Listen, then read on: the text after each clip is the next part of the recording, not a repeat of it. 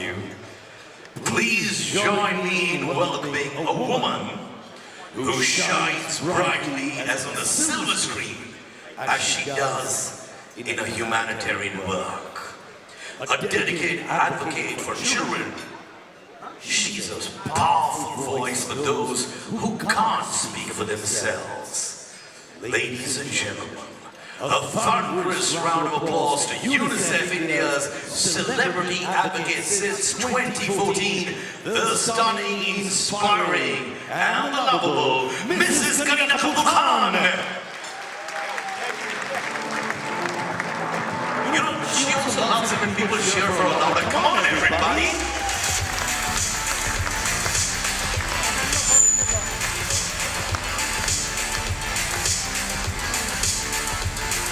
All right, Kareena, they are wonderful people who do so much for the society. And I'm going to make you talk to them, and we're going to be chatting as well. I'm going to give you this lovely mic. So here you go. Look, it's a packed audience, and they're all big fans of the work you do, not only on the screen, but for the society as well. Good evening, everyone. An absolute honor to hear everyone speak. So much love and warmth in the room, not just for Diamonds, but also for a cause that is so important to all of us, which we've come here together, which is, doing something and giving back. I always thought, I just mentioned that jewelers always take the money, they don't give the money.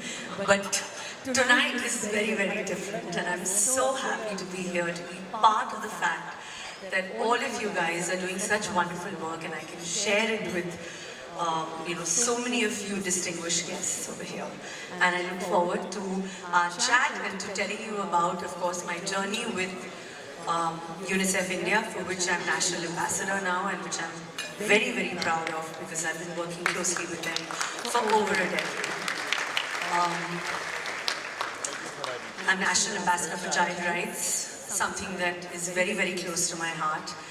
I've done works in different areas, of course, education. It started with UNICEF with education, because I thought that I think that somehow is the backbone to every child. And then in our association, we progressed to speaking about children's rights when I became a mother. And now after having two boys, 7.5 and 3.5, and working with them for almost 10, 11 years, there's nothing more that I'm passionate about than advocating for what we can do for the wonderful children of our country. Thank you so much, Kareena. Please take a seat. I'm going to be chatting with you, ladies and gentlemen. Two boys, and my favorite topic is children as well. I've got two girls, 8 and 5. So we're going to be extending and exchanging lots of notes. How being a mother has influenced you to approach your role as a UNICEF ambassador? Like I said, I think that when I started with UNICEF, many moons ago, I never even thought of having children. I was like, it was not a thought that crossed my mind. I wasn't even married actually, UNICEF at that time. It was just something that I wanted to do, something like, you want to give back to and do something. So that's why we started with education. And then as I got married and I had my children, I just felt that it's so important for them to experience and just have basic needs. I think every child deserves a voice, a right to basic necessities, whether it's health and sanitation, whether it is, immunization. And I always thought that if my child can have it, I feel every child deserves it. So I approached my work towards UNICEF like I approached the Murajay. I really want to know the kind of challenges that children in India face, and how is UNICEF addressing them? I think the challenges, that what every child faces is, what India needs is very, very basic child rights. Like I said, every child deserves immunization. Every child deserves basic rights of safety. Basic rights. These are basic rights that I feel in our country our children deserve. the right to have a voice. I think most children are, they're very scared. The girl child is always scared for their life somehow. That, you know, if they tell their parents what they feel, if they tell their friends what they feel. So I think to give them and to encourage them to have a voice, to speak what they feel, I think that is also one thing that I am very, very conscious of speaking about, because I think in today's day and age it is important to build children from a very young age to have a voice. And our future is our children, our future is the youth of this country. And most people still, I think, are somehow in fear of not raising their concerns. So I think when they're allowed to have a voice, a freedom to, you know, when they have the basic needs of what they get, whether it's education, whether it's health and sanity, whether it's, you know, basic needs, I think they then automatically get a little confidence. Confidence is what also, I think, is one of the most important foundations for a child. So, if there were certain initiatives or campaigns that you would like to spearhead for UNICEF in India, what would that be? Have you got it jotted down in your head already?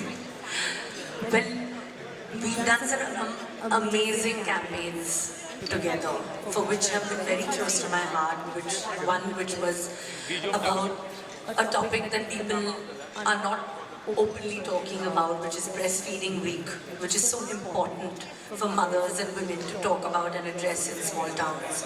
That the first 6 months of childbirth, breastfeeding your child is of utmost importance. And for that, the mother needs to be cared for. So we had a campaign that ran for 6-7 weeks on breastfeeding, you know, where we spoke about that, and I spoke to people about it, we addressed it, we had media interviews. So that was one campaign which I think was very close, because it was very strange, because at that time when it just happened that I was 3 months pregnant.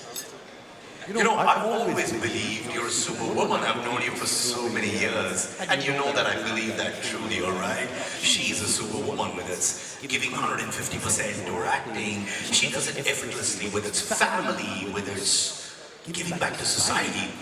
So you're already a superwoman, but if you had a superpower, one superpower to bring a change in this world, especially with children, what would that superpower be?